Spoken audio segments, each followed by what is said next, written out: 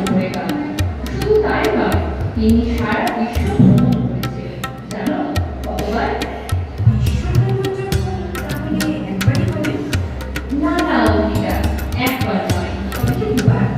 না না, এক দুবার নয়, তিনি 12 বার বিশ্ব ভ্রমণ করেছিলেন।